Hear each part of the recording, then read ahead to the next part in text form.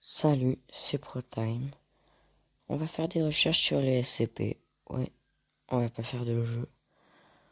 Je savais pas trop quoi faire, alors on va faire juste des recherches sur des SCP.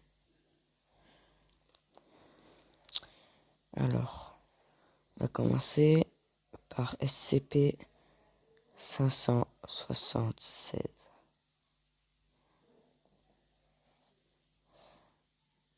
Voilà. Alors, SCP-576. Classe sûre. Actuellement en confinement.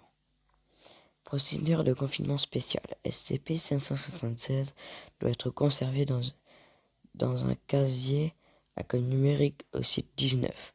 Le mot de passe du casier doit être modifié 2 fois par mois. Une autorisation de niveau 3 est requise pour tout test impliquant SCP-576. L'accès à SCP-576 ne doit en aucun cas être autorisé en dehors des protocoles de test. Sa description. SCP-576 est une bouteille en verre ronde avec un bouchon de liège, mesurant approximativement 6 cm de diamètre et sa base et 8 cm de hauteur. Un motif simple, de tiges entrecroisées avec des feuilles et des fleurs, est gravé sur SCP-576. Celui-ci ne possède aucune marque indiquant son fabricant. SCP-576 est rempli d'un liquide clair désigné SCP-576-1.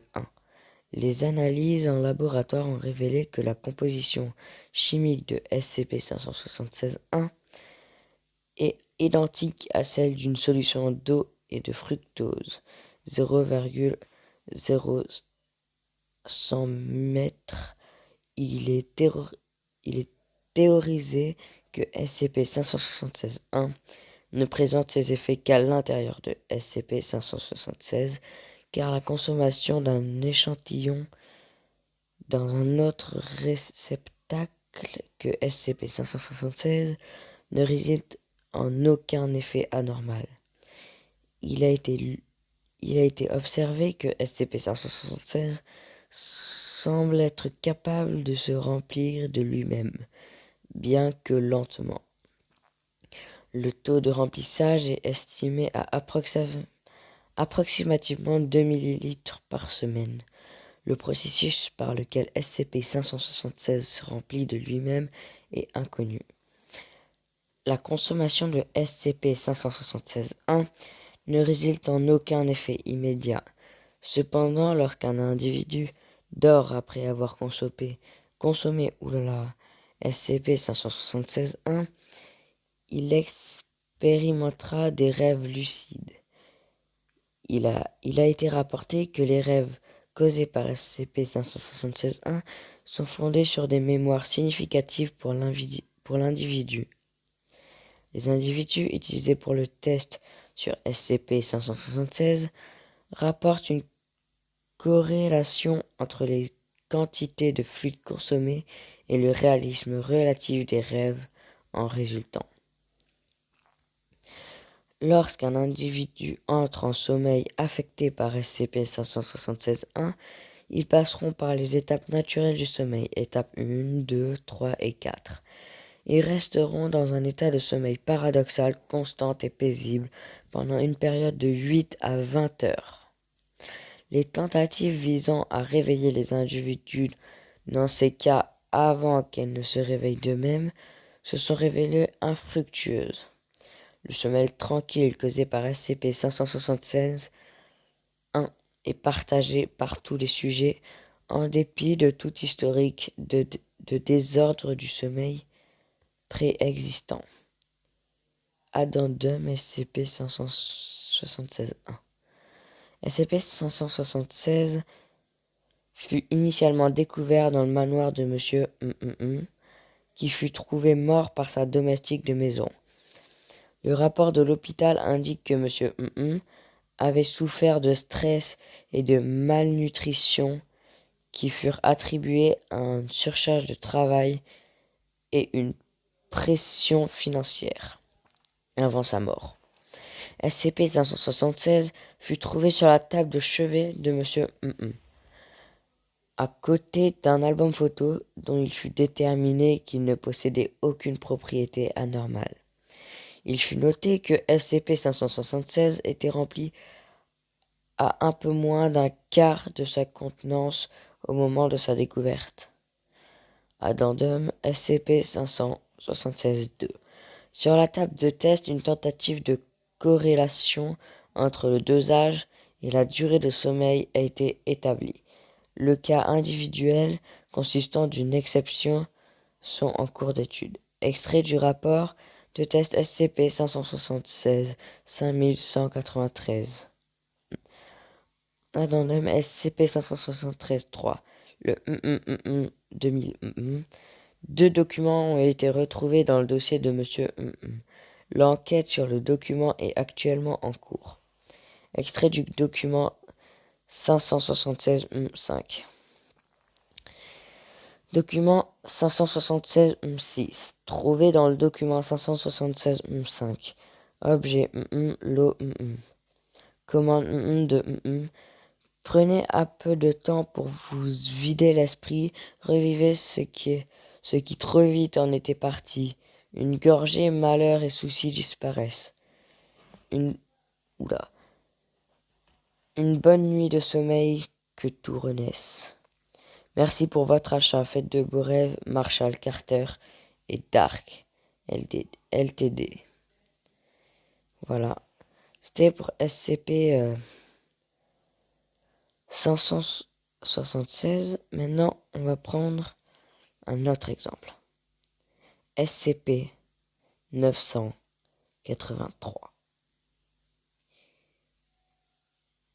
Voilà.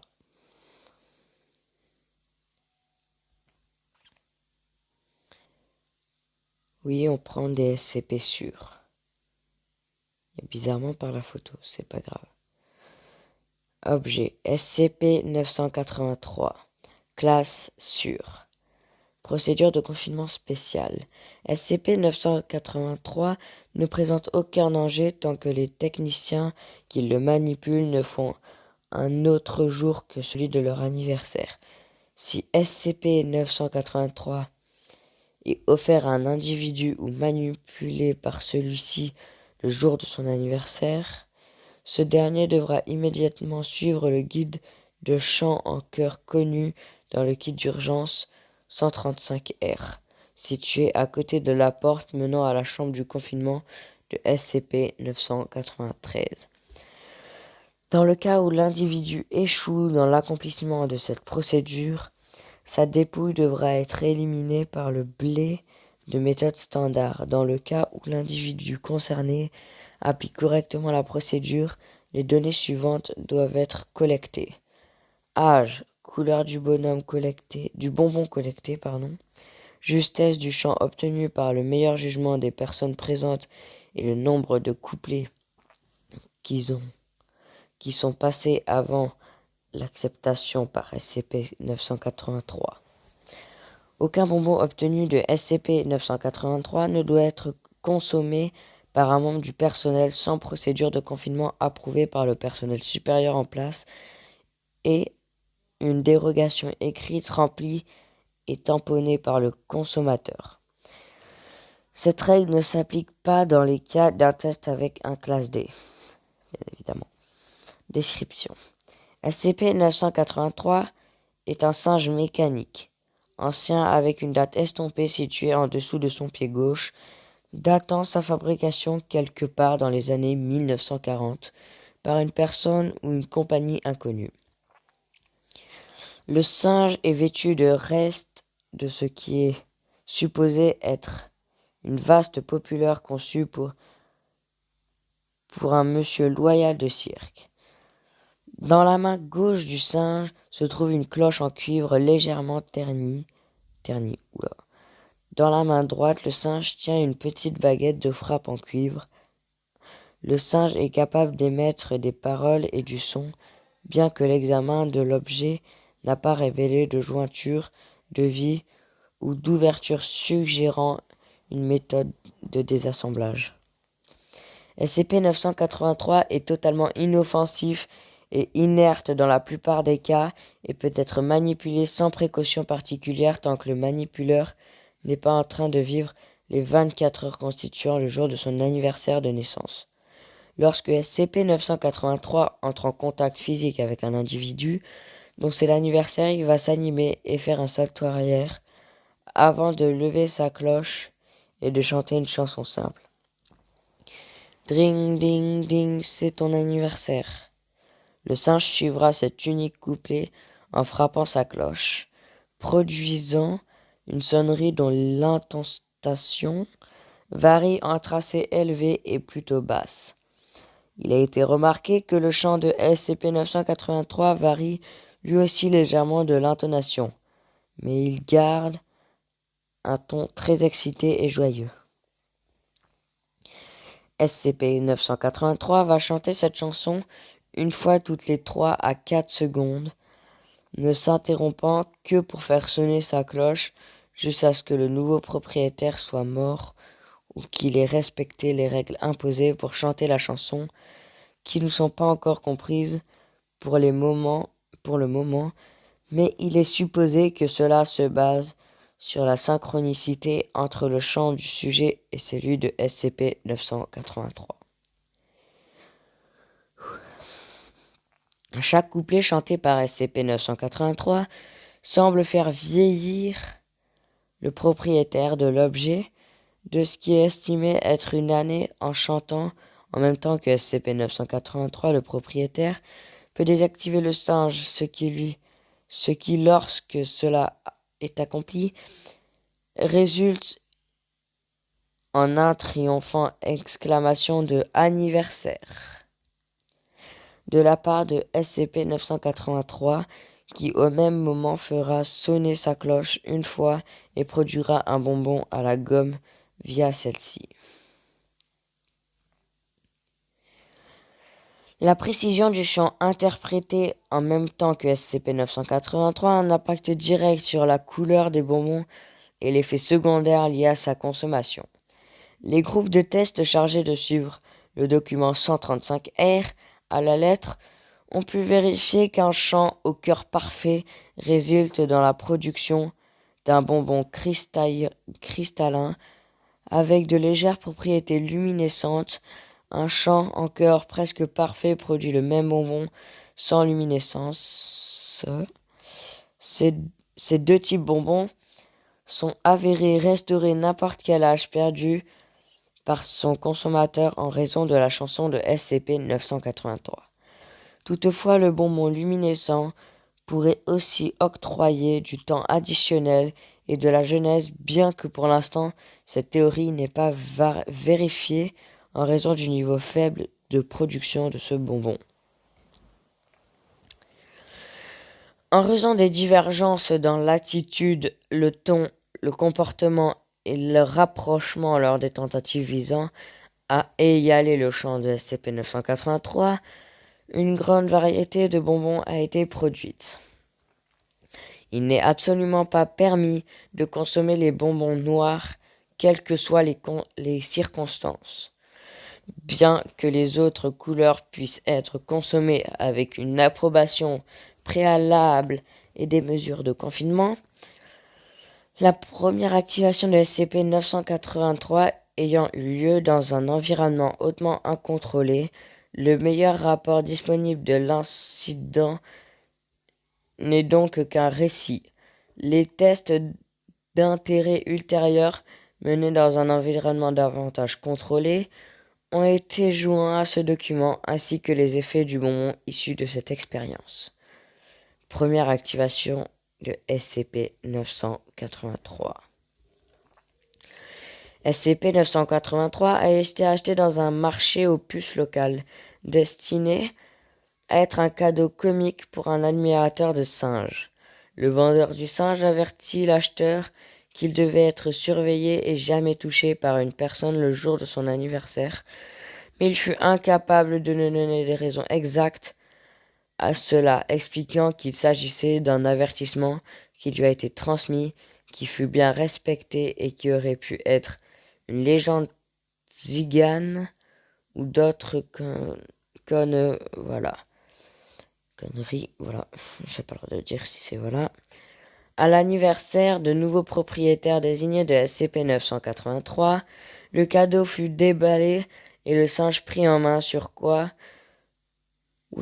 sur quoi il déclencha sa chanson. Les employés assistés à la fête d'anniversaire de leurs collègues furent d'abord amusés, tout comme les receveurs. Toutefois, les témoins stipulaient que le destinateur devint de plus en plus agité à mesure que le singe chantait.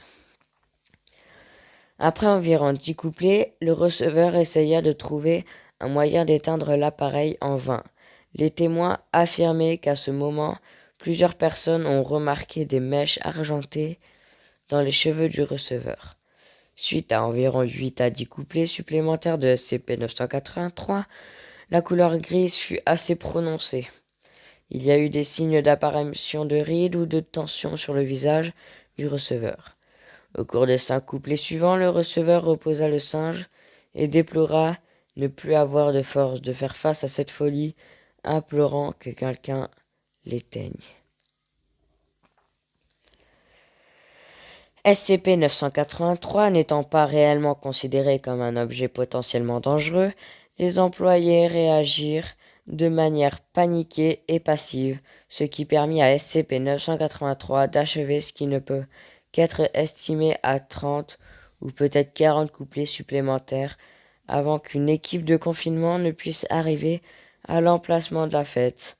À ce moment-là, le receveur avait péri depuis longtemps en raison de son vieillissement, ne laissant qu'un squelette gisant dans sa chaise, avec la peau accrochée à celui-ci. En raison de l'incertitude de la manière d'approcher SCP-983 de façon sûre, celui-ci a pu chanter pendant environ 1 minute supplémentaire avant de cesser de lui-même, alors qu'il ne restait rien d'autre du destinateur d'origine que ses restes purement squelettiques. Le couplet final de SCP-983 consistait en le simple mot anniversaire, qu'il prononça joyeusement, de faire un salto arrière et de sonner une fois sa cloche. De la cloche tombait un seul bonbon ressemblant à de la gomme d'une couleur noire pure, ce que le bonbon n'a jamais été consommé, et a été décrit comme étant modéré et envoûtant, attirant le regard d'une personne dessus jusqu'à qu'une source extérieure ne le distrait, étant donné le nombre d'individus sur les lieux et le chaos général lié à l'incident. Personne ne put trop se focaliser sur le bonbon et il fut confiné en toute sécurité.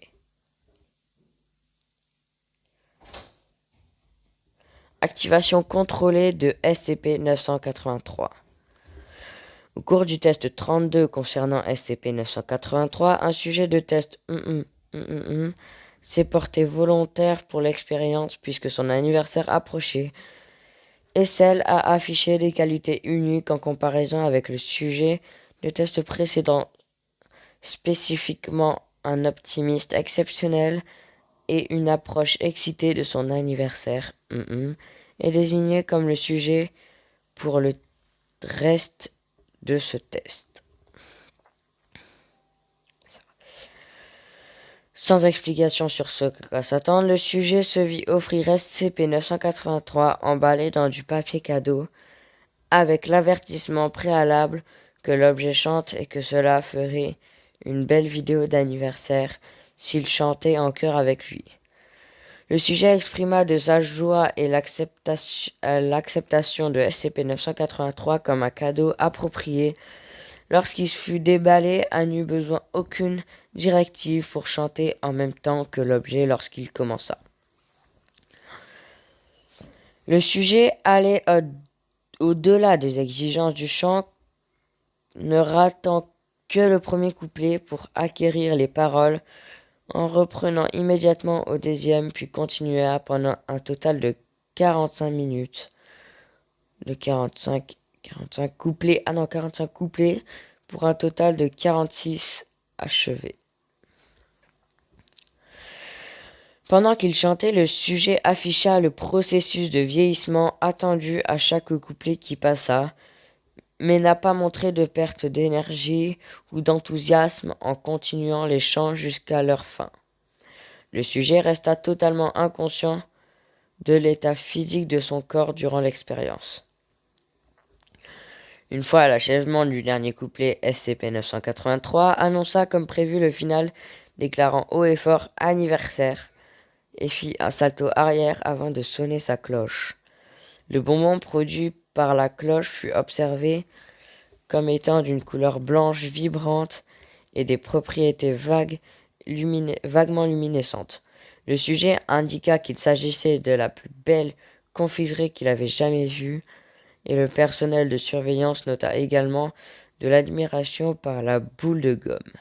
Conformément au contrôle de l'expérience, le sujet fut autorisé à consommer le bonbon. Une fois le bonbon consommé, et suite à la période de surveillance d'1 heure, il n'y eut aucun signe indiquant un effet secondaire s'était produit depuis la consommation de l'expérience. L'expérience était sur le point d'être annoncée comme terminée. Le sujet demanda à partir et fut libéré de la zone de test lorsqu'il explosa dans une lumière aveuglante qui endommagea les caméras observant l'expérience et rendit aveugles tous les témoins durant 5 minutes suivant l'explosion. Le personnel assistant qui accourut sur les lieux décrit une légère lumière persistante qui subsista pendant au moins 2 minutes à l'endroit où se tenait le sujet avant qu'il ne disparaisse. Le sujet n'a pas été localisé depuis cette expérience et une forte activité électromagnétique inhabituelle a relevé dans la zone utilisée pour le test. Le remplacement des appareils d'éclairage de cette zone a également augmenté d'environ 70% par rapport à la norme des autres sections de l'infrastructure. Toutefois, aucune baisse de luminosité n'a été reportée dans la zone affectée par l'anomalie. C'est tout pour SCP-983 et pour cette vidéo. Je vais juste du coup vous montrer l'image SCP-983. Voilà à quoi ressemble SCP-983. Voilà. Et ben voilà, c'est tout pour cette vidéo. On se laisse pour devant cette magnifique image. Voilà. Et ciao.